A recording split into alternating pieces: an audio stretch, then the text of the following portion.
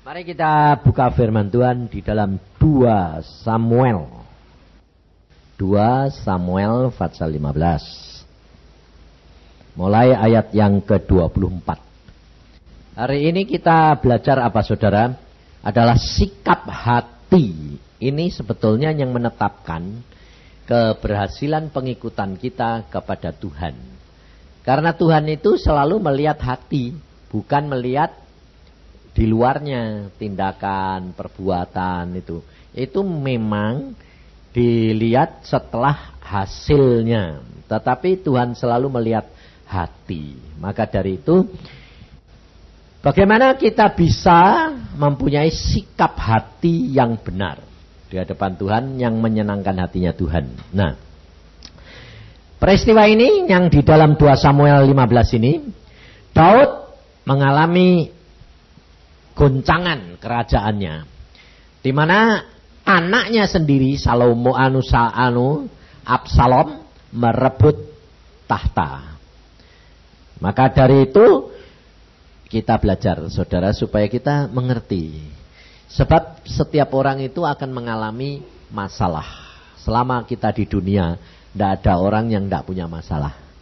Masalah selalu ada, ya dah. Tetapi bagaimana cara kita mengatasinya? Nah, ini kita belajar dari sikap hati. Ayat 24. Dan lihat juga Sadok ada di sana beserta semua orang Lewi mengangkat tabut perjanjian Allah. Mereka meletakkannya tabut Allah itu. Juga Abiatar ikut datang sampai seluruh rakyat dari kota selesai menyeberang. Lalu berkatalah raja kepada Sadok, bawalah tabut Allah itu kembali ke kota.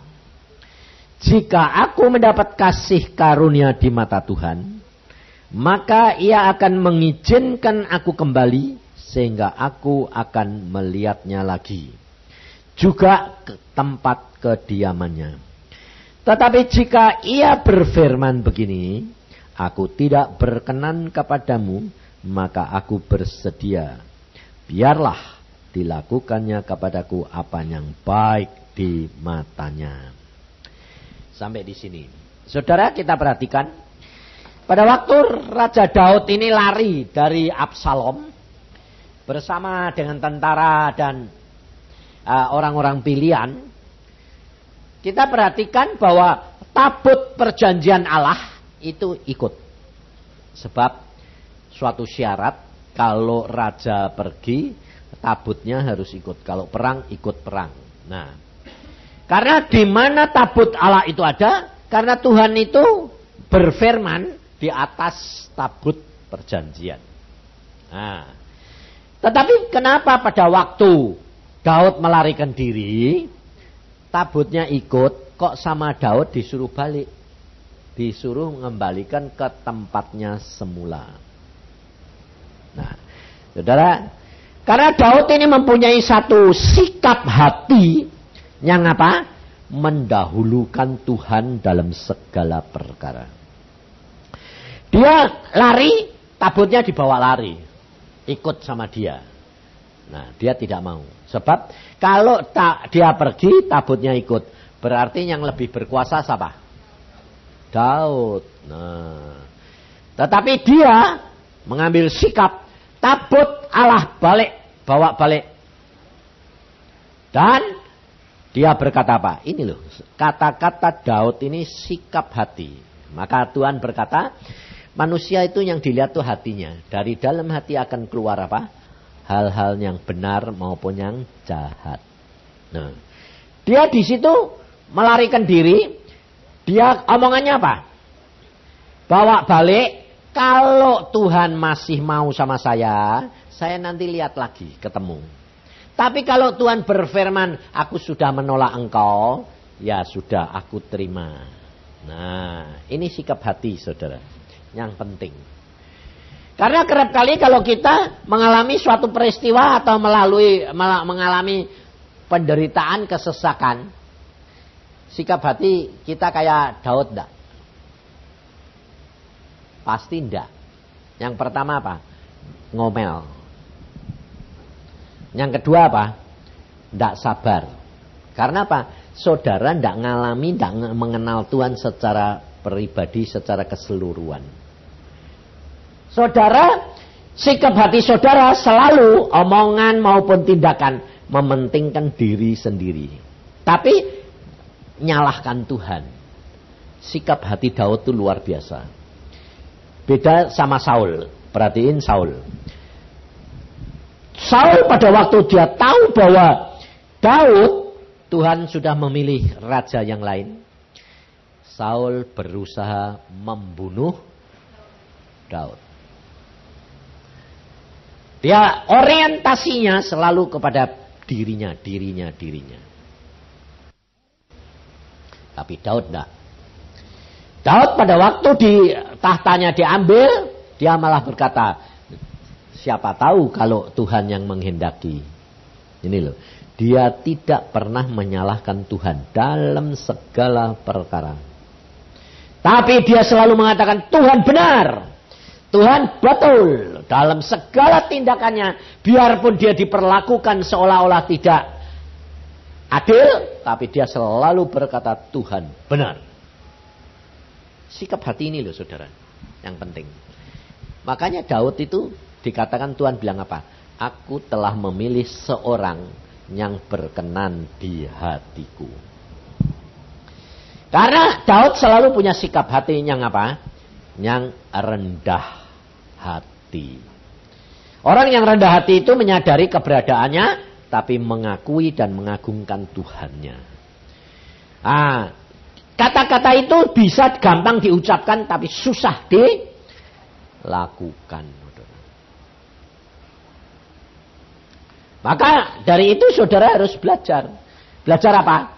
Belajar firman dan ngalami sendiri. Kalau saudara tidak ngalami sendiri, tidak akan bisa mengenal Allah dengan baik. Tidak bisa. Karena apa? Karena sulit saudara. Susah. Susah sekali. Makanya dibutuhkan apa? Tuhan berkata apa? Sangkal diri. Dan setia. Ketaatan. Nekat. Tekad.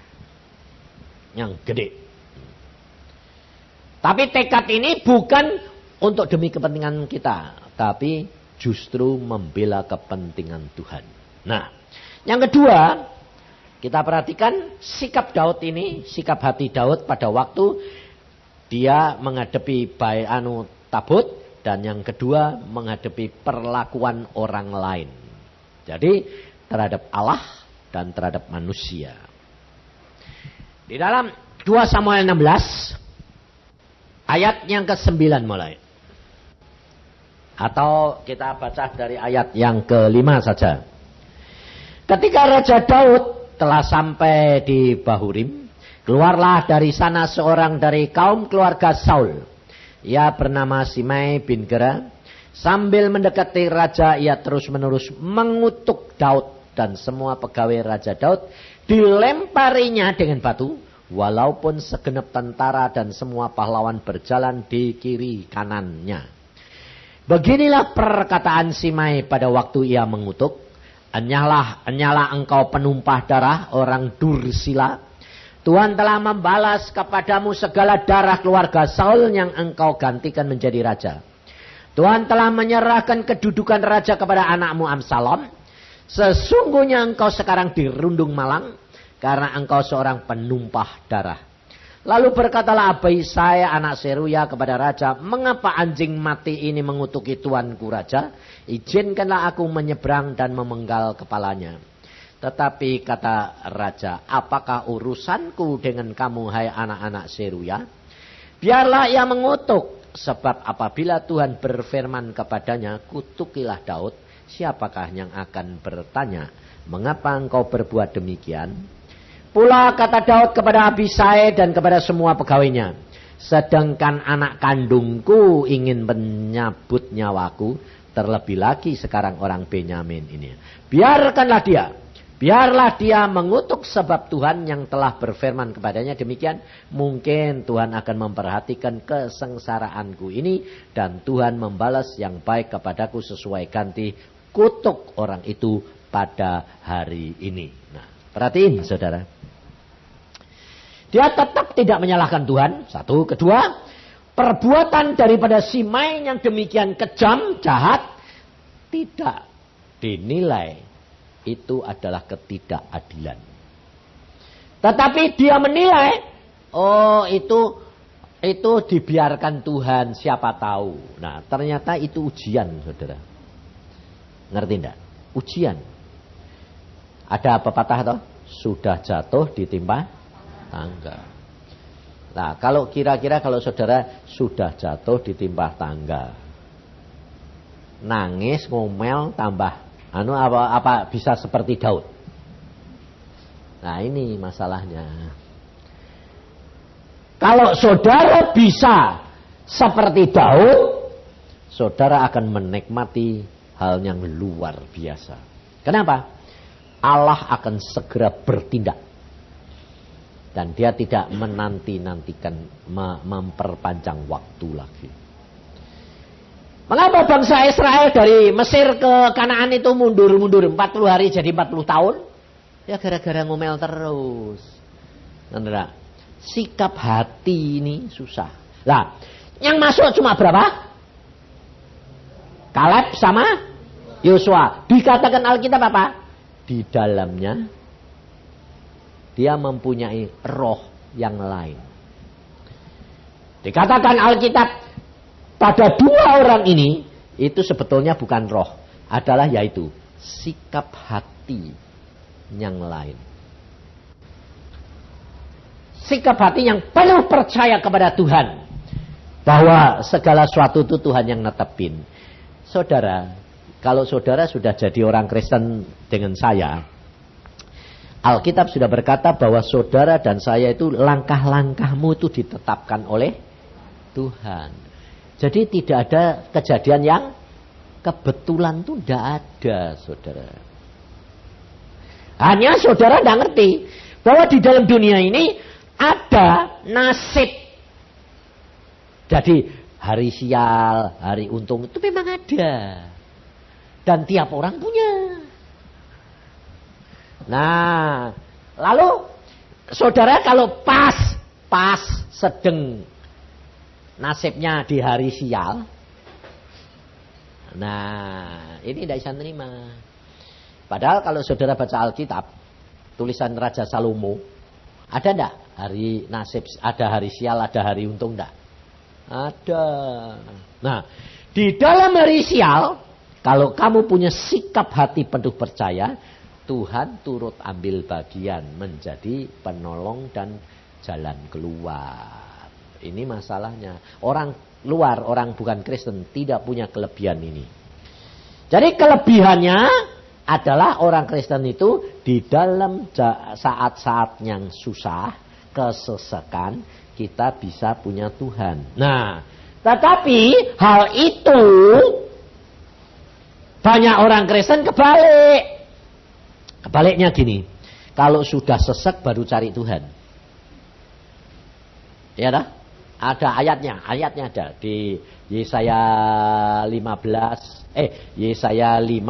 ayat 15. Pada waktu kamu kesesakan baru kamu cari Tuhan. Lah itu masalahnya, salahnya di situ. Padahal Tuhan maunya apa? Kamu tadi nyanyi dah? Pada saat kesesakan sebagai penolong sangat terbukti. Kapan bisa terbukti? Kalau di dalam saat yang biasa, saat kamu sedang untung, kamu nyenengin Tuhan. Jadi dalam susah, kamu tidak usah teriak-teriak. Tuhannya langsung. Tuhan berkata apa di dalam ayat itu? Kamu berseru, aku jawab. Bukan kamu berseru-seru, aku jawab. Tidak. Tapi kalau engkau di dalam saat untung kamu tidak dekat Tuhan, kamu berseru-seru, tidak dijawab. Tapi kalau kamu di dalam hal untung kamu dekat Tuhan, kamu dalam kesesakan berseru saja ditolong. Ngerti tidak? Maka dari itu ayat Alkitab berkata apa? Ucapkan syukur dalam segala perkara. Maksudnya itu Kalau kamu sedang dalam kesesakan, kamu mesti tahu, oh ini kemungkinan aku sedang masa sial ini. Nah, segala sesuatu itu ada waktunya, saudara. Nanti kalau waktunya hilang sendiri, lewat. Makanya saya diajarin Tuhan gini. Selama kamu pendidikan, nah, menjadi orang Kristen itu naiknya itu enggak gini, enggak. Kayak terap. Pada waktu sedang naik, itu adalah kamu disertai Tuhan. Nanti di dalam satu tingkat kamu sedang beserta dengan Tuhan naik terus. Sampai titik kamu dilepasin Tuhan. Lah itu yang rata. Nah di dalam yang rata itu kamu sendiri. Kamu tidak disertai Tuhan. Mengapa? Sebab di situ kamu harus menyatakan sikap hati dan kepercayaanmu, pengertianmu, pengenalanmu akan Tuhan. Nah, kalau di dalam itu kamu gagal, ya kamu tidak naik. Ya putar di tempat yang itu tok. Tingkat itu, tidak bisa naik. Tapi kalau kamu lulus, satu saat nanti naik lagi. Itu Tuhan. Nah, ada tingkat-tingkat cara Tuhan membimbing saudara dan saya. Tingkat pertama adalah tingkat anak-anak. Di mana tingkat anak-anak itu anak-anak belum ngerti. Itu saudara baru bertobat. Jadi tidak ngerti apa-apa. Nah, kalau saudara tidak ngerti apa-apa, kamu dibimbing terus. Nanti ujian pun dikasih tahu Tuhan. Contohnya taman kanak-kanak. Nah, anak-anak yang taman kanak-kanak itu ujiannya sebetulnya kan tetap didampingi gurunya toh. Cuma sekedar dituntun pura-pura ujian, tapi sebetulnya ada ujian. Ya toh? Nah, itu tingkat pertama. Makanya saudara kalau jadi orang Kristen, kalau pertama kali pena sembayang sebentar dapat, minta apa-apa dapat, kelihatannya kok pena. Kalau ada KKR terus terang, kalau ada kesembuhan yang sembuh mesti orang baru. Kenapa? Lah karena dia belum tahu apa-apa. Itu tingkat pertama, saudara. Lah, tapi tingkat kedua. Nah, saya ngalami sendiri, saudara. Nah, tingkat 2 ini jangan kamu kira baru 2 bulan, bertahun-tahun tergantung saudara. Nah, nanti ujian lagi, saudara harus buat sendiri. Tapi Tuhan tahu bahwa kamu belum bisa membuat seluruhnya sehingga kamu pasti diluluskan. Nah, saya ngalami, yang pertama, saya itu tidak bisa apa-apa sama sekali, saudara. Ada ujian, Tuhan Yesus di sana saya nyumput. Sebabnya apa? Tidak bisa. Tidak ada satu yang bisa. Justru nyumput-nyumput itu Tuhan panggil, Yusa. Tak pikir ada Yusa yang lain lah. Tetap nyumput terus. Yusa yang duduk di belakang yang nyumput itu loh. Nah, agak lari saya. Aku bilang, aku tidak bisa kok malah dipanggil. Tuhan, kok ini kok apa? Kok tega amat. Kalau bisa, kalau tidak bisa kok dipanggil, kok dipermalukan, ya kan? Tapi saya ya tidak berani, tidak nurut aja. Lalu Tuhan bilang bikin, ngambil kapur, bikin apa tak bikin? Tulis, apa terus. Berapa? Hasilnya berapa? Lah aku bilang, alah berapa? Ngerti enggak? Tapi dia enggak ngomong keras, bisi pelan-pelan. Tulis hasilnya segini. Tulis saja. Terus sudah jadi, dia bilang apa? Teriak dia, pinter. Sadar dia aja. Nah, nomor 2, sampai 10 benar semua. Lah dia yang ngomong. Nah, lalu teman-teman saya balik Setelah selesai dia bilang, lulus. Tuhan bilang gitu, terus murid-murid teman-teman saya bilang, bisa, bilang enggak bisa. Bohong. Aku bilang, enggak bisa. Dan nyatanya bisa. Yang buat Tuhan, bukan saya. Tuhan ini enggak ngomong. Ayo. Karena apa? Saudara harus tahu, ada ayat. Bekerja sama melakukan sama enggak? Sama enggak? Ada ayatnya. Saudara yang ngerjain, Tuhan yang melakukan. Aneh kan? Aneh kan? Baca ayat Yesaya 20. 6. Makanya saudara itu harus benar-benar tahu, oh bagian saudara dan bagian saya. Tidak usah takut. Berjalan dengan Tuhan itu rileks, santai. Percaya aja. Yesaya 26 ayat yang ke-12. Ya Tuhan, Engkau akan menyediakan damai sejahtera bagi kami. Loh. Sebab segala sesuatu yang kami kerjakan, Engkaulah yang melakukannya bagi kami. Aneh dah. Kamu yang disuruh kerja, tapi yang ngelakuin siapa? Kenapa? Caranya ngelakuin bagaimana? Dibisiki. Kayak saya tadi. Kerjakan saja. Jangan naik maju ke depan. Kerjain, saya kerjain. Nggak bisa. Tapi Tuhan bisik-bisik. Lakuin aja. Nah, yang kedua. Saudara sudah turut Tuhan banyak. Baca firman banyak. Sudah banyak melakukan. Sudah ada buah-buah. Nah, ujiannya gini. Kamu ditinggal. Ujian. Saya ujian saudara. Sudah saya bikin 10 semua. Tapi 2 salah. Sama Tuhan itu 2 salah. Salah. Tidak lulus. Kalau lulus itu harus 10. Tidak bisa. 6 lumayan. Tidak ada. Nah, 2 salah. Tapi saya tidak tahu kalau itu salah. Nah, saya itu orangnya memang kan biasa. Tidak nunggu sampai akhir gitu. Tidak. Selesai. Saya nomor 1 selesai. Ya wes tak serahke. Guru ini Tuhan di depan. Saya bilang ini Tuhan sudah selesai. Saya keluar. Yang lain masih ngerjain semua. Saudara perhatiin. Tuhan itu kasih. Kasih itu menutupi kesalahan. Saya keluar. Yang lain masih bikin. Dia turut keluar. Dia bilang. Bisa. Nomor ini salah.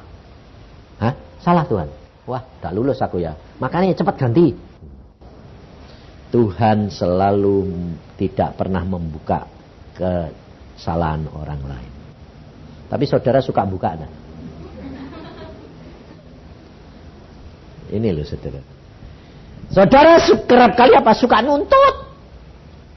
Tidak. Nah, yang ketiga, saudara harus lulus. Baru bisa mencapai target. Jadi tingkatannya itu pertama tidak bisa apa-apa. Yang kedua itu bisa sebagian. Yang sebagian Tuhan ini tetap. Tuhan itu sayang. Yang ketiga kamu harus lulus semuanya. Ujian yang ketiga adalah rohani dan jasmani.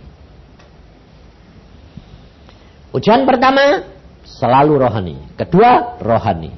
Ketiga rohani jasmani. Itu artinya apa?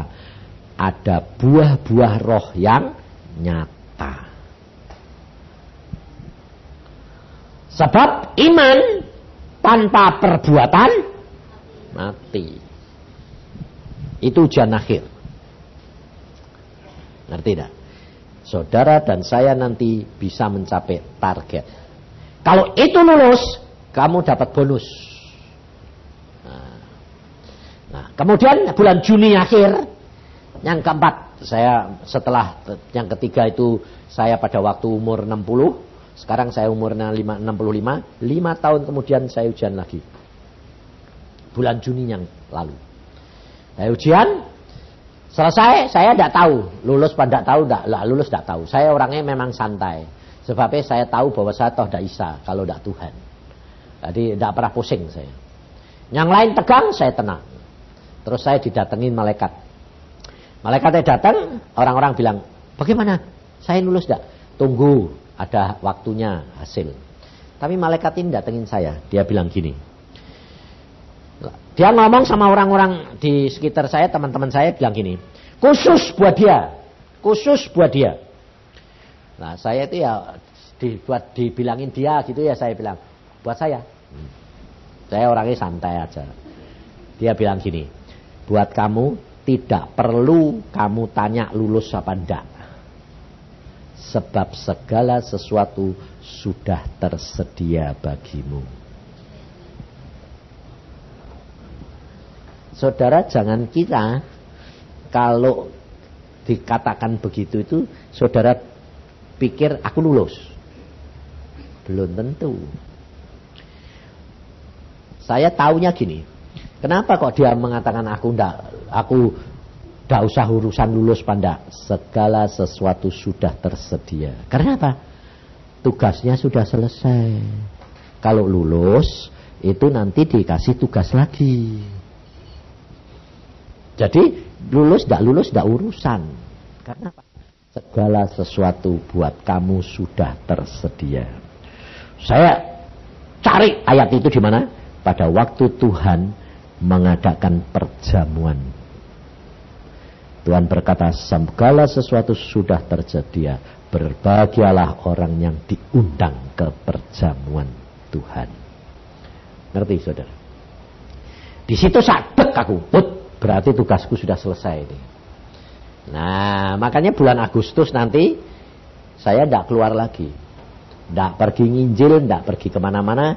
Doa puasa Tuhan bilang kamu sudah 20 tahun melayani aku, masuk lagi menghadap kepadaku. Segala sesuatu sudah tersedia bagimu. Penak lah. Penak lah.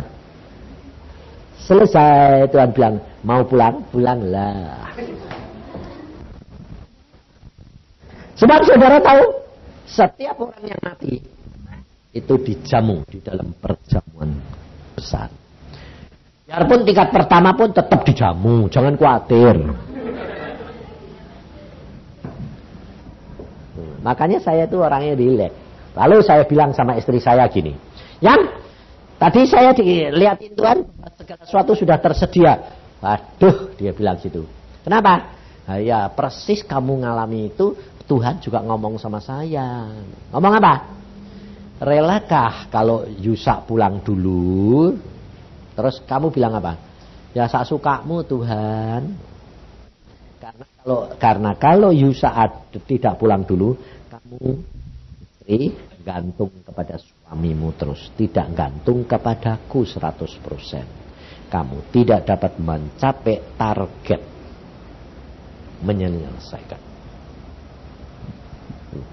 Lalu dia bilang, ya sudah yang ya, terserah Tuhan lah. Ya. Nah, terus tadi pagi telepon dia. Yang, kan kamu, tadi lihatkan Tuhan kamu gandeng aku terus toh, seret terus toh. Iya.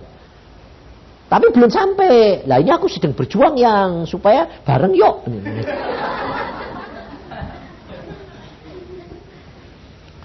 Karena apa saudara? Anak saya Denny cuti ke Singapura minggu yang lalu. Pulang-pulang dia bilang, Mah, kelihatannya papa ini mau pulang dulu loh, Mah. Loh, kowe kok tahu? Aku ngimpi, Pak, Mah. Habis jam 5 itu sembahyang, terus selesai tidur lagi jam 6. Karena anak-anak belum bangun, aku tidur lagi. Aku ngimpi, Mah. Ngimpi apa? Mama itu di satu tempat dia bilang gini. Aku datang sama anakku, bilang, Mah, di mana, Mah? Nah, itu di dalam. Tak pikir aku kok tanya di mana, Mah, itu aku udah tahu siapa. Tapi aku cuma masuk tanya itu. Setelah masuk di dalam, loh, kok ada peti mati? Terus, loh, siapa yang mati? Terus dia datang, loh, kok papa? Dia bilang, kaget aku. Kelihatannya papa pulang dulu loh, Mah. Wong mamah yang nyambut saya. Dia bilang, memang Tuhan bilang papamu mau pulang dulu, tapi saya mau bayar juga supaya bisa bareng. Boleh saya dulu, kalau tidak boleh ya bareng lah. Saya bilang kalau bisa bareng tuh nanti Indonesia gempar tenang. Maka dari itu saudara, saya hari ini di Jakarta terakhir ini di sini terakhir. Besok pulang sudah itu ada pelayanan lagi. Nah, kalau kita tidak ketemu di sini, ketemu di surga. Pena. Loh, kamu mau pulang kalau sudah sakit-sakitan atau sedang sehat? Pulang loh sakit-sakitan. Nah, itu berarti di dalam dunianya belum beres itu. buahnya belum komplit. Kalau saudara itu sudah komplit, tidak usah. Musa pada waktu mau pulang masih disuruh naik ke atas gunung. Jadi masih kuat tak? Wah, Harun mau mati disuruh naik ke atas gunung. Jadi kuat.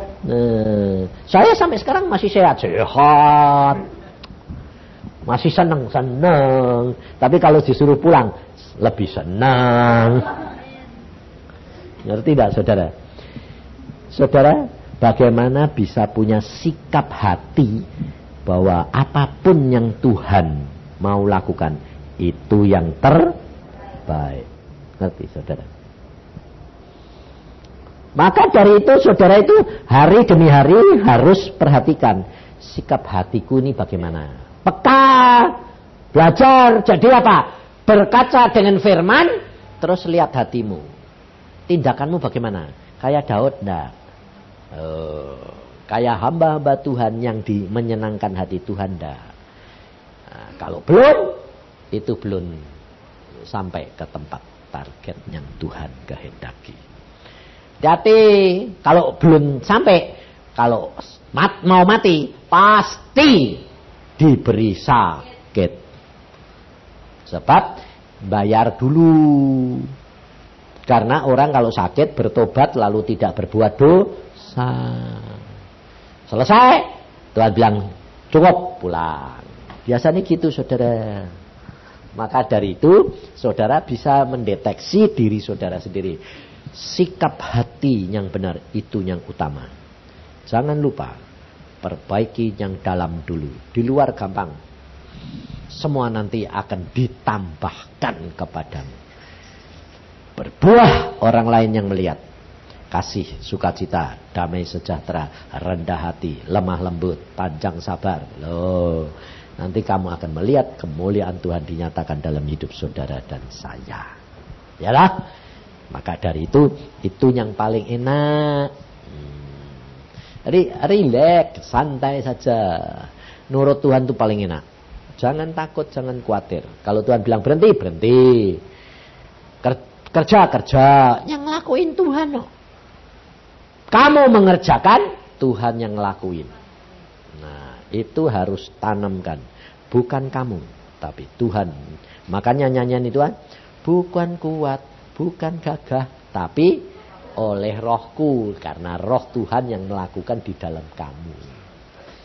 Amin. Mari kita berdoa.